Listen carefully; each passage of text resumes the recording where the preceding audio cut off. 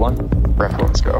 শত্রু যখন মিসাইল ছোড়ে সেটা আসতে পারে আকাশ থেকে কিংবা সাগরের গভীর থেকে। ক্রুজ, ব্যালিস্টিক, এমনকি ভয়ঙ্কর হাইপারসোনিক মিসাইল সবই যেন অনায়াসে ছুটে আসে লক্ষ্যের দিকে।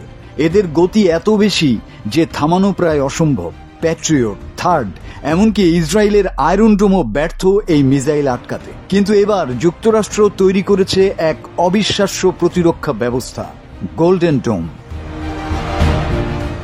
এটা শুধু ডিফেন্স সিস্টেম নয়, এটি হবে এক অদৃশ্য ঢাল।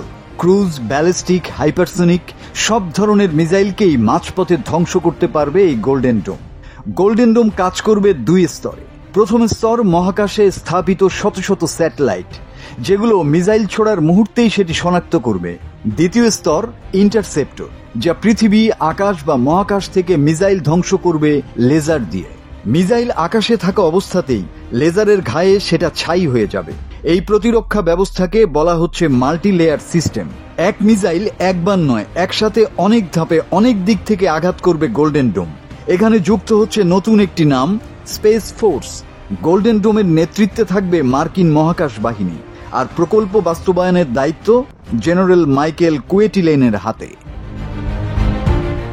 এই বিশাল কাজের নির্মাণ কাজ পেয়েছে ইলন মাস্কের স্পেস এক্স, প্যালান্টিয়ার এবং অন্টোনিল।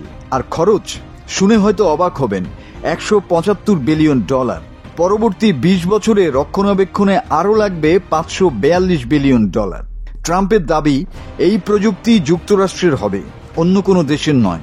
এমনকি মিত্র ইসরায়েলও কি এই প্রযুক্তি পাবে সেটা নিশ্চিত নয়।